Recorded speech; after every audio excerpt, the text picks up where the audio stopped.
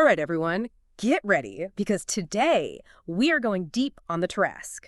We're talking about the creature that makes dragons look like kittens, and using the Forgotten Realms wiki as our guide, we're going to uncover every little detail about this legendary monster. Yeah, it's interesting because it's not just some big, scary beast, right? It's like practically a force of nature, almost like it's woven into the world. Yeah, it really is. The sheer size of this thing is mind-boggling. Let's try to picture this. 50 feet tall and 70 feet long. I mean, that's longer than a bowling lane. And get this, it weighs 130 tons. Wow. That's like 737s fully loaded. It's got this crazy thick carapace covered in spikes, massive horns, and a mouthful of teeth that could probably bite a house in half. You know, the wiki even mentions that it has eyes, but it doesn't actually need them to see. It uses some other way of perceiving the world so blinding it wouldn't even slow it down. Okay, I'm already getting chills. But here's where things get really interesting. The Tarrasque isn't actually evil, it's unaligned, meaning it doesn't even understand things like morality or strategy. I mean, what do you think that says about the nature of destruction itself? Is it moral or immoral, or is it just something else entirely? That's a good question. I think it really challenges us to think differently about good versus evil, especially in the Forgotten Realms, where those forces are always fighting. The Tarrasque exists outside of all that. It's just driven by this pure instinct to destroy. Yeah. But not out of any malice or cruelty. It's simply IS. So if it's not driven by evil, how do you even fight something like that? The wiki makes it sound impossible. Yeah, it really does. It's immune to fire, poison, disease. Pretty much everything you can think of. And on top of that, it has this fear aura that terrifies anything within 200 feet. So before you can even get close enough to attack, you're basically paralyzed with fear. And wait, there's more. It can even stop things from flying, dragging them down from the sky right into its claws. And get this, it completely ignores any natural resistances its victims have. Like even a fire-breathing dragon with all its fire resistance would still get roasted by the Tarrasque's fiery breath. Oh yeah, that's one of the scariest things about it. There's Yeah. just no defense against its power. Speaking of scary, let's talk about where this thing came from. You won't believe some of the theories the wiki has about its origins. Well, there are two main ideas. Some people think it was created by the primordials. You know, those ancient beings that existed even before the gods. The theory is that they designed the Tarrasque as a weapon to use during the Dawn War. That was this epic conflict so ancient that it shaped reality itself, and their goal was to basically undo everything the gods were trying to create. Wow, so it's like cosmic drama on a whole other level. But there's another theory too, right? Something about a different planet. Right, the planet Folks. Yeah. It's this completely alien world, so strange it's almost impossible to describe. Some scholars think that the Tarrasque isn't actually from our world at all. They say it's a member of a species that's native to Folks, and it's somehow got transported or summoned to Tyrol a long time ago. Maybe by accident, maybe on purpose, nobody really knows. Okay, so both of those theories are pretty mind-blowing. Is there any evidence to support either one of them? Well, unfortunately, no. The Tarrasque's origins are still a complete mystery. It rarely leaves any evidence, or any witnesses for that matter. I mean, anything that encounters it usually doesn't live to tell the tale. Yeah, that makes sense. But even with all this mystery surrounding its origins, there have been some pretty legendary encounters with the Tarrasque throughout history, haven't there? Oh, absolutely. The wiki has some pretty chilling historical examples. One of the most famous ones is the tale of the sleeper Tarrasque. It terrorized this ancient land called Katasha. And get this particular Tarrasque was actually worshipped and fed sacrifices by a tribe of Tabaxi. They worshipped a creature that eats everything. Why would anyone do that? Well, the Tabaxi are known for their reverence for powerful creatures. They saw the sleeper as a force of nature to appease, not something to fight. But even their worship wasn't enough to stop it from going on a rampage eventually. It took this brave young woman named Oyai, who was empowered by the god Uptao, to finally defeat the sleeper. Wow, talk about a hero. But that wasn't the only time the Tarrasque messed with history, was it? What about that story of the powerful mage named Karsus? He was trying to do something with the Tarrasque, wasn't he? Right, Karsus was an arch-wizard who tried to steal the power of a god. And to do that, he needed this very specific ingredient for his spell, the Tarrasque's pituitary gland. Wait, he actually got a part of the Tarrasque? How is that even possible? He did, but it totally backfired. It caused this huge magical catastrophe that reshaped the entire world. It's a classic cautionary tale about the dangers of ambition and messing with forces beyond our understanding. So this creature isn't just incredibly powerful and destructive, it's also been involved in some major events throughout history. It really lives up to its legendary status. It absolutely does. And speaking of legendary, there's this story in the wiki about a mage who actually summoned a Tarrasque using dragon heads. 7 of It them. used 7 dragon heads just to summon it? That's insane! It really shows you just how powerful this creature is, doesn't it? Even to call it forth requires an incredible sacrifice.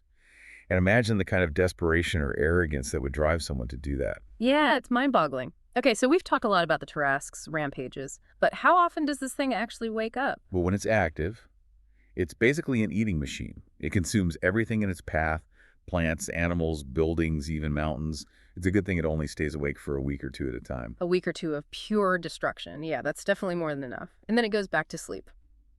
For how long? Usually for 5 to 20 months.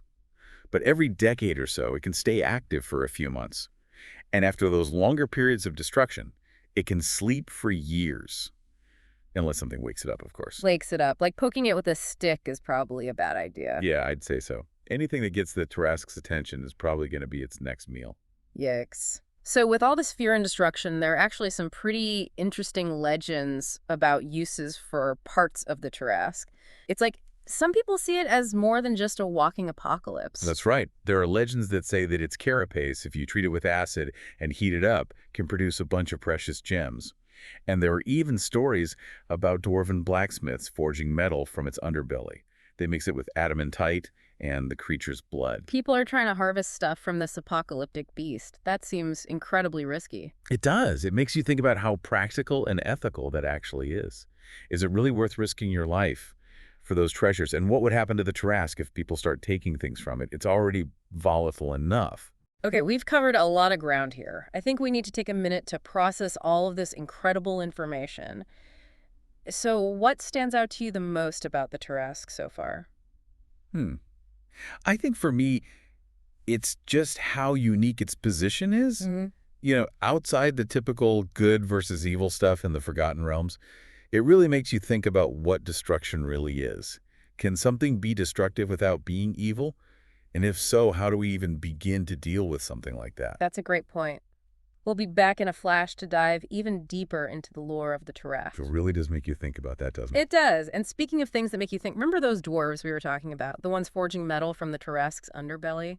It's like they looked at this walking apocalypse and thought, hey, I bet I can make a really cool sword out of that. Yeah, it does seem a little contradictory. On the one hand, you've got people who are terrified of this thing, and for good reason.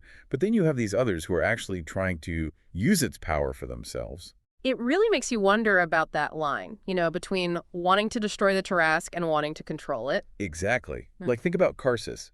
Was he trying to destroy the Tarrasque by taking its pituitary gland? Or was he trying to take its power in a way for his spell?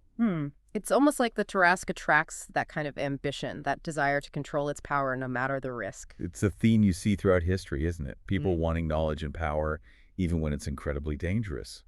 And the Tarrasque kind of embodies that struggle.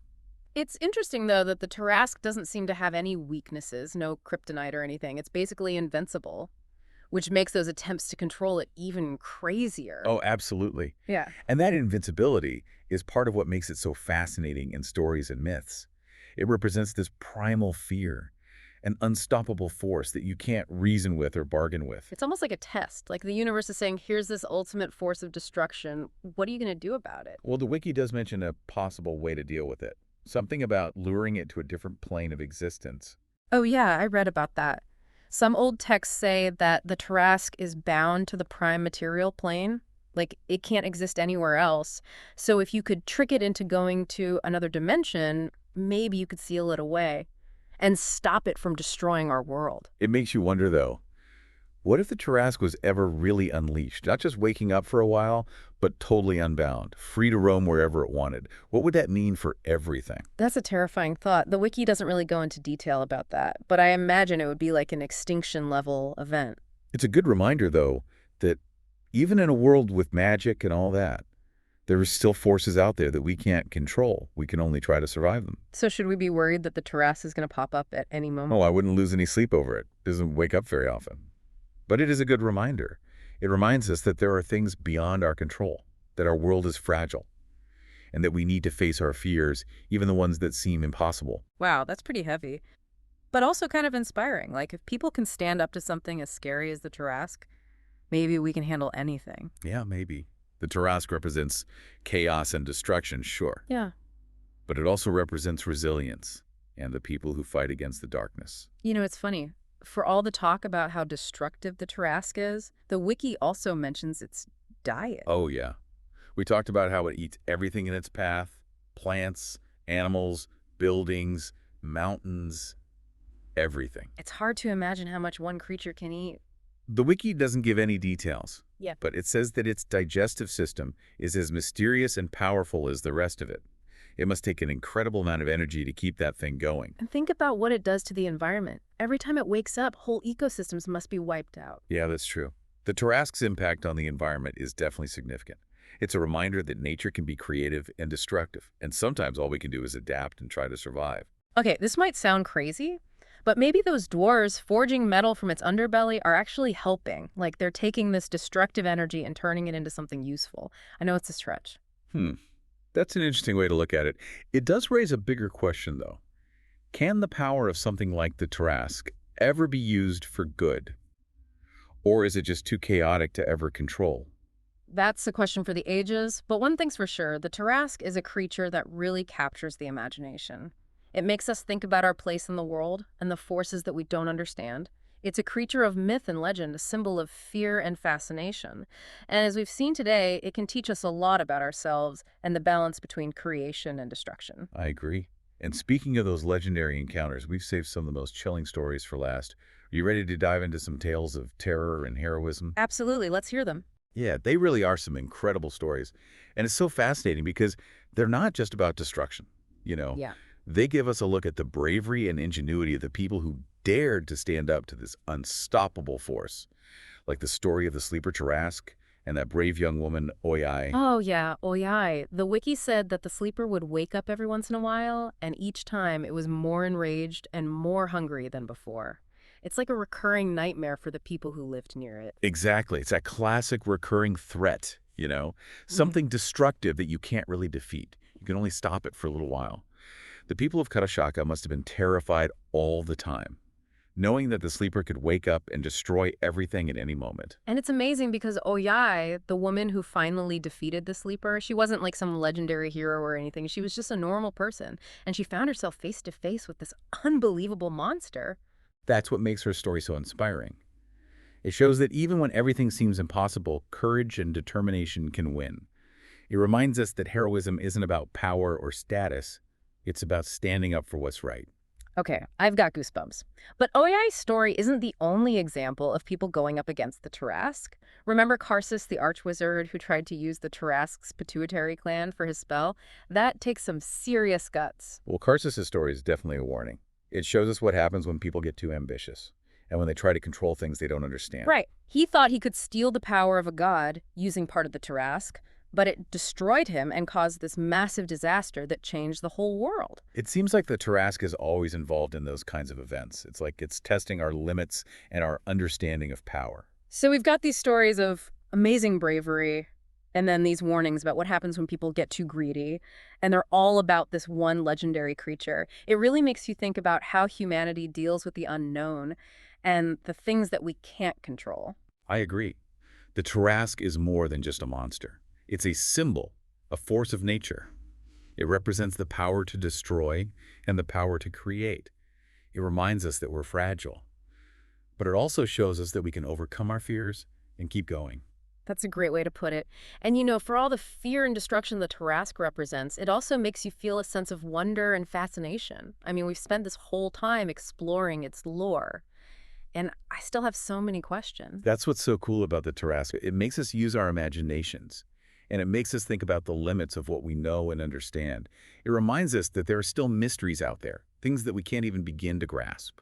So as we finish up our deep dive into the Tarrasque, what's the one thing you hope our listener takes away from this? I think the most important thing is that the Tarrasque is so much more than just a monster. It's a force of nature, a symbol of destruction and creation. And it shows us how resilient people can be when they face the darkness.